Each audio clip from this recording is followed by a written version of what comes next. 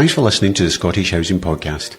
You can find out more about the presenters by going to scottishhousingpod.com, and you can also follow us on social media. We are on Instagram, Twitter, TikTok and Facebook. Just look up at Scottish Housing Pod.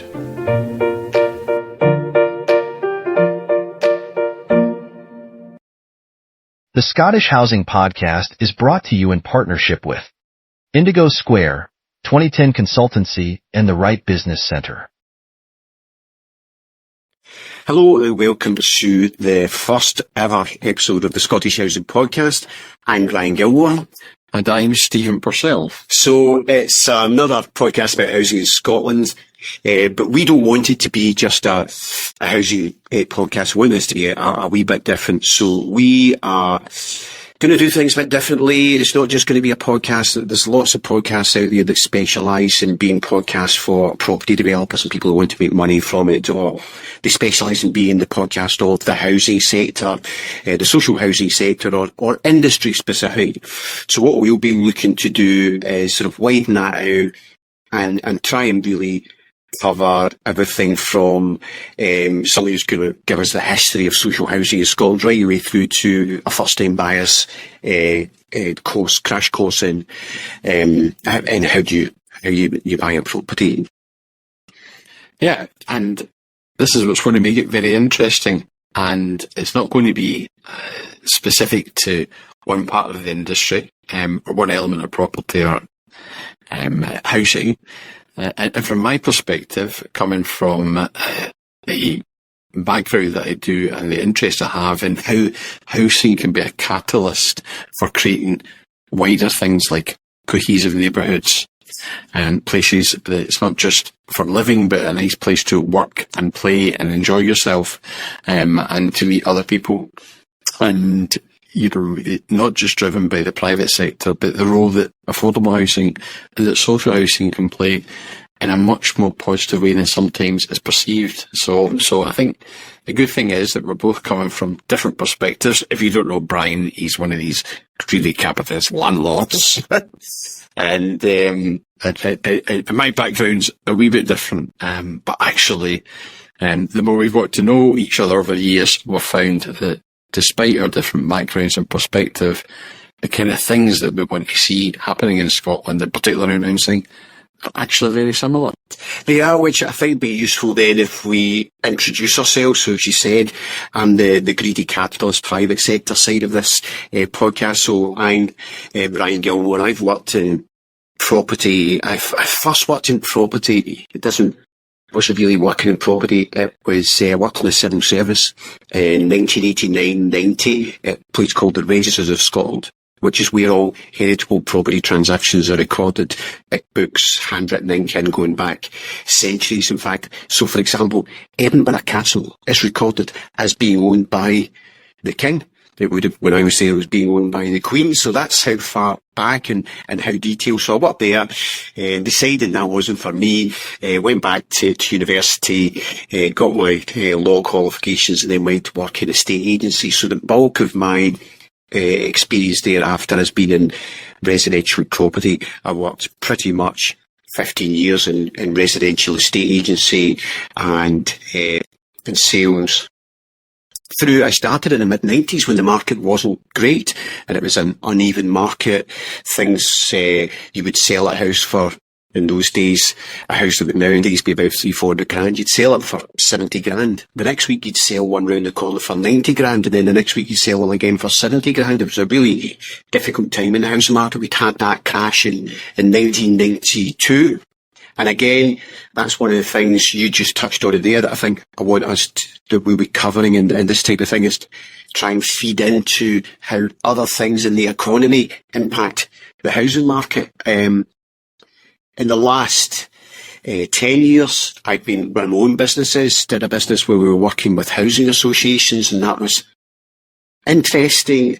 And it gave me an insight into the challenges that they have. And for people who don't know, much of what people would refer to as council housing these days is housing associations, not the councils. In fact, Glasgow City Council, who used to be, as you'll know, Stephen, when you introduce yourself, who used to be Britain's largest landlord, or one of Britain's largest landlords, now own nothing, no big residential houses. And of late, I own a lettings and property factoring business.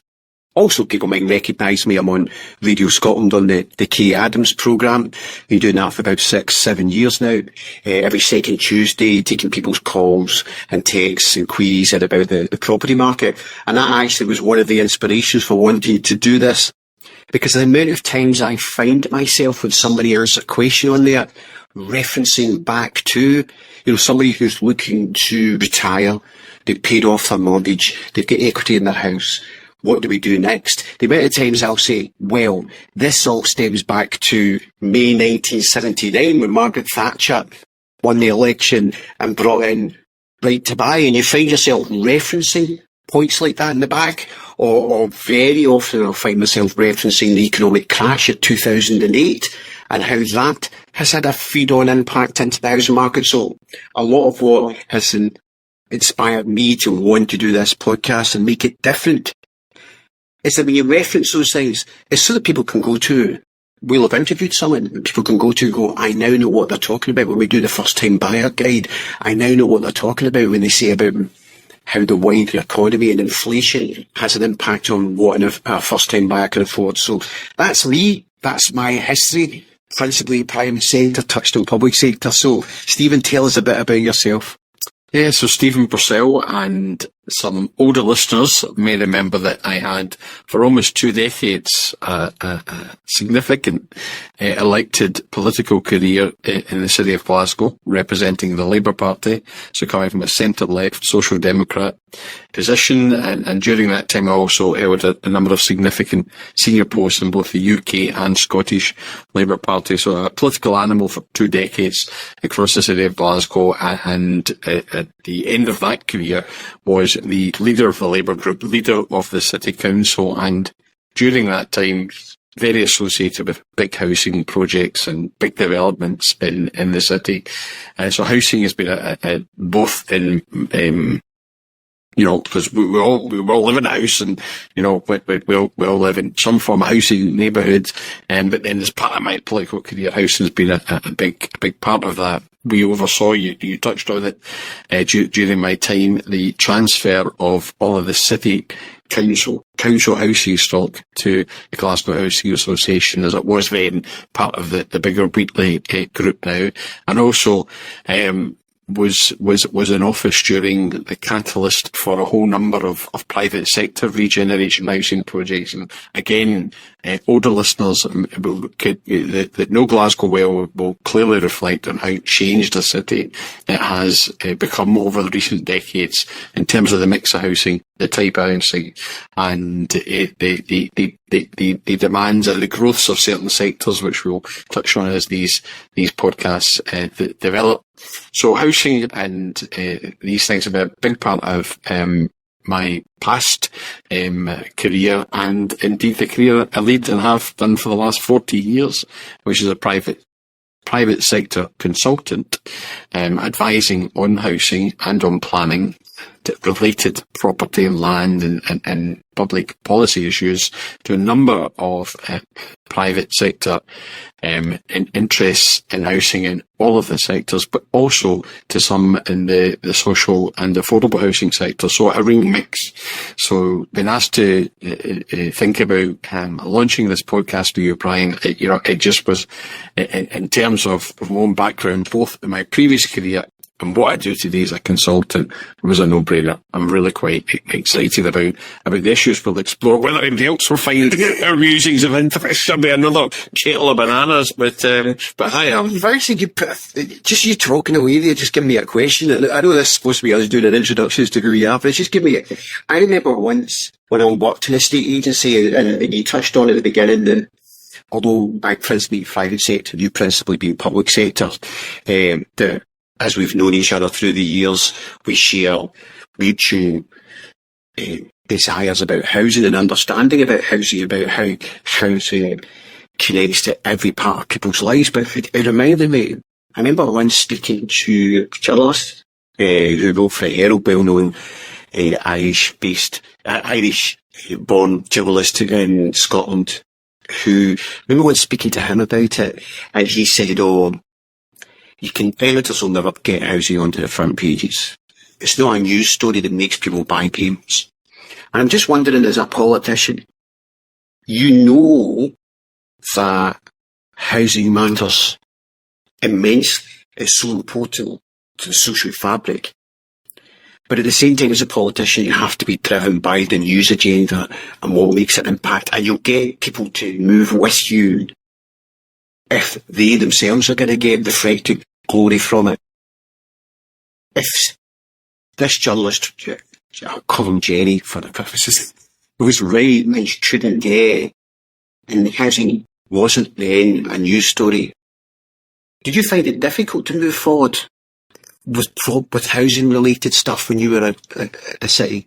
You know, in terms of, did other stuff, its agenda, override housing related stuff? So the news agenda does drive politics, and in many ways, so it should, because what should happen is the news agenda is a different debate not for this podcast, I suppose, but the news agenda should reflect where public opinion is and public interest is, or where public opinion and public interest should be. You know, so the role of the news agenda in holding people to account, for example. So as a politician, yes, you have to be driven by the news agenda and to be relevant so that your customers, your voters or your customers, can understand your relevance, understand your message, and hold you to account for what you're saying. You have to be in tune with the news agenda. But what I would say, and answer to the question about that, you know, is housing something that gets in the front page? Clearly, it's very topical, and we'll explore this over our series of podcasts as a very topical issue now, and maybe a way it wasn't at the time of that journalist speaking to you. You know, nothing more Irish than a pseudonym or a name of Jerry, is there? In terms of Irish origins. But actually, I go back to what I said earlier about my real keen interest in housing as a catalyst for something, for so many wider things: community cohesion, social fabric that you mentioned, the economy and its relationship with the economy, particularly in this country. And the British relationship with housing, which is changed so dramatically in terms of how that relationship balances and ownership and all these issues, is housing is such an integral part to so much else that you as a politician have to do. Is related to jobs, it's related to people's income, it's related to the kind of neighbourhood you live in, the environment, how people feel about themselves. Housing and health is so interconnected that even if housing itself you couldn't get in the front page of the news agenda, actually, when you think about housing, its central position to all these other agendas. For me, when wanting to pursue housing issues as a politician, it was actually quite easy to get it in the news agenda, even if it didn't appear directly as a housing matter. So I love statistics, and it's one of the things that we'll probably touch on. I do find when you speak to one of the benefits of knowing statistics, actually, is you can chuck them out and nobody queries. So it's quite a good way of doing it, because you're going to be roughly right, people are shooting. And just you mentioning there, one of the things we want to do on the podcast is cut through jargon. So I mentioned I'm a property factor. Well, actually, if you've always lived in a house with a garden, you might not even know what a property factor is. I mean, I remember when I worked at the Rest of Scotland back in 1990, a colleague said, "Oh, I've just bought my first flat." And do you know, I was speaking to everybody in here, Brian, you're from the West Coast. I was speaking to everybody in here, I was talking about factor trees. They didn't even know what a factor was. And he walked out of the room and I thought, what's a factor?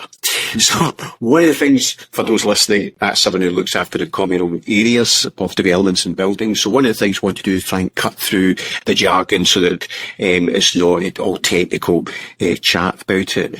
But also we will be given statistics, because I think sometimes the numbers help people in the context. So you mentioned there about it gives you a wider view of the economics, and I always talk about how Scotland was, prior to 79, and in the podcast we'll talk about this, prior to 79, over 60% of people in Scotland lived in socially rented accommodation, and about 30% lived in private owned accommodation.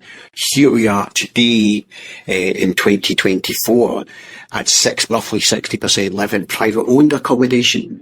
And it's only about 20% who live in socially rented accommodation. And so we'll be talking about how those numbers and why those numbers have gone through and what impact they have on the housing market, and things like that. But again, you touched on the communities that housing creates. And so I think it'd be worthwhile, again, talking to the listeners about our backgrounds in housing in terms of what housing we lived in, what housing we know, because it can be about how can you talk to me about living in the top of a high rise if you've never set foot across the threshold of one. So I think it'd be useful. So Stephen, tell me about your earliest memories of housing and the type of housing that you and your family know and grew up in and things.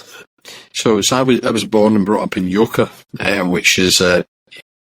which essentially, in the time the years I was growing up there, was still a shipbuilding district of Glasgow, and the BAE Systems, as it is now, is still got a Scotstoun yard, which is right in the doorstep of Yoker. Yarrow's shipbuilders, as it was when I was growing up. And the reason I mention that is because there's a relation to the housing neighbourhood from which Yoker was, and to an extent is. It's changed dramatically since I grew up. I grew up in a room and kitchen, where my parents slept in a bed recess in the kitchen, and my brother and I shared the one bedroom in the house.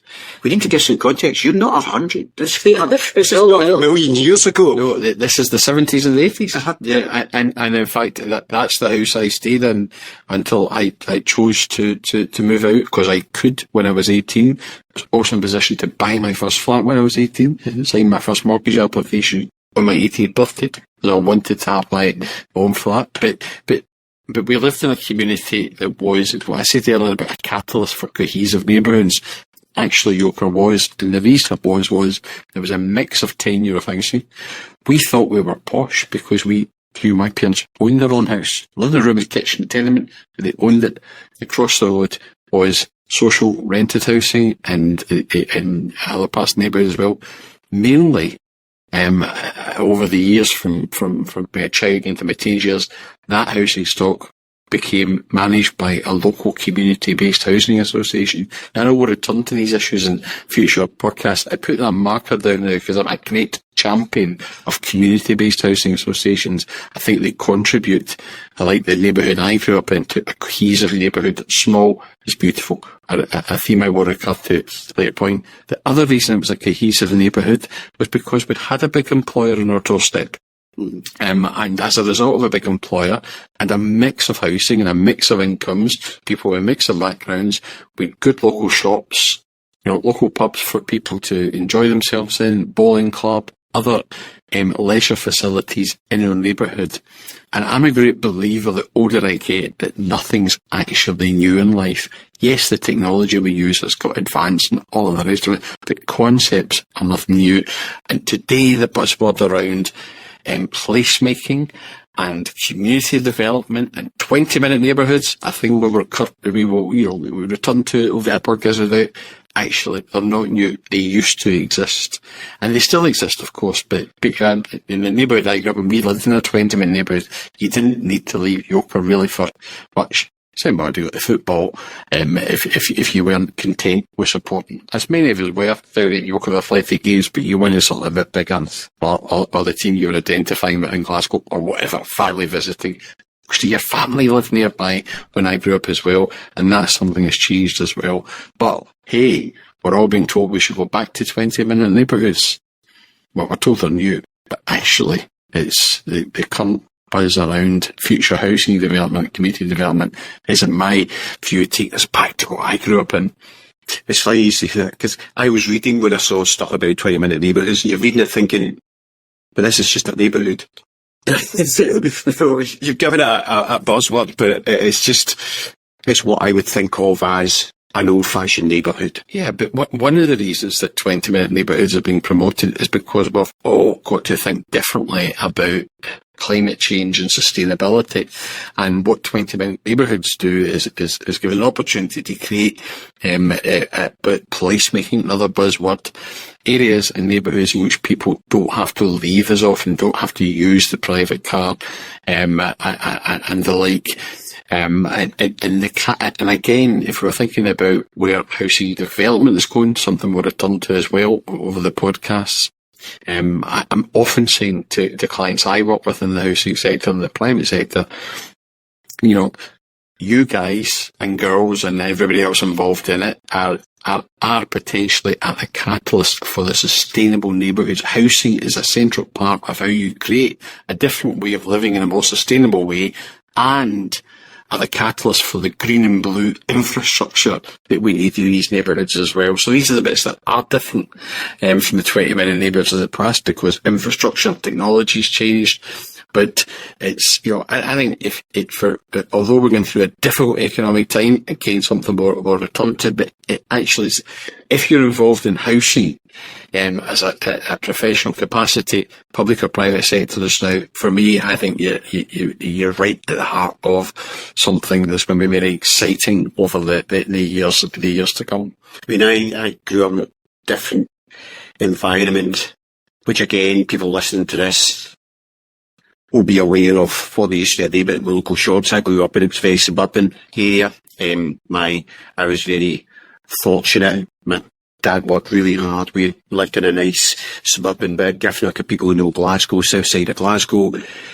Nice detached bungalow with gardens, all very suburban. What people would think of, you know, again, 70s, 80s. So if you think of the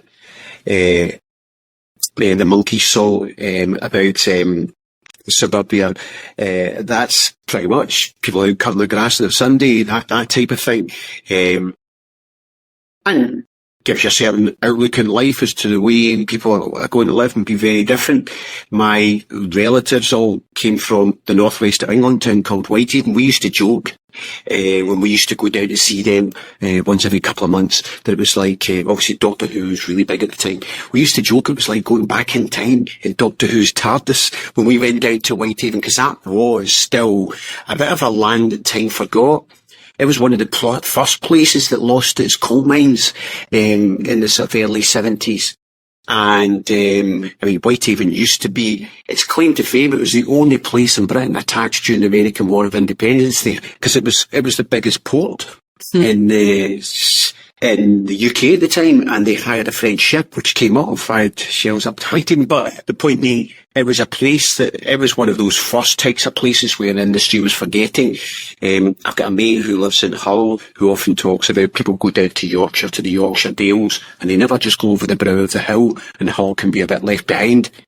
Whitehaven, Workington, Maryport on the west coast of Cumbria is a bit like that. People go down to the Lake District and they don't go over the brow of the hill into those sorts of towns.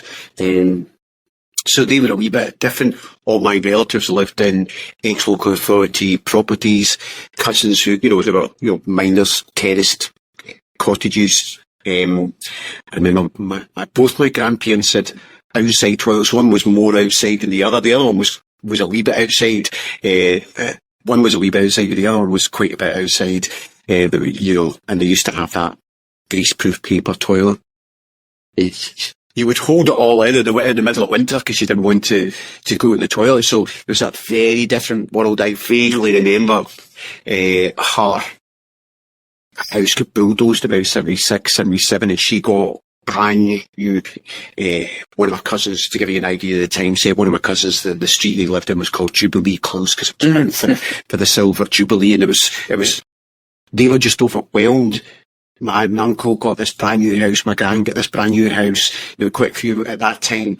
There was still quite a bit of social housing getting built, and they were overwhelmed with the difference in quality between they were living in 100-year-old minor cottages, outside toilets, just cold and damp all the time, and suddenly this brand new housing with inside toilets, fitted kitchens, and a running hot water for the bath. You didn't have to have a steel tub in front of the fire. They were just overwhelmed at that transformation. So although I'm looking at it from afar, you still get an idea of how a nice new home can impact on people's self-esteem and their life and things like that. So actually that's the quite the contrast of what I grew up with in terms of where I was living and where then. You're a child, you don't think of it in any great in-depth way, but it does give you an idea of everybody should be able the ability to aspire to live in better housing, and as you say, that can help the cohesion of a community if people are happy with where they live and that type of thing. So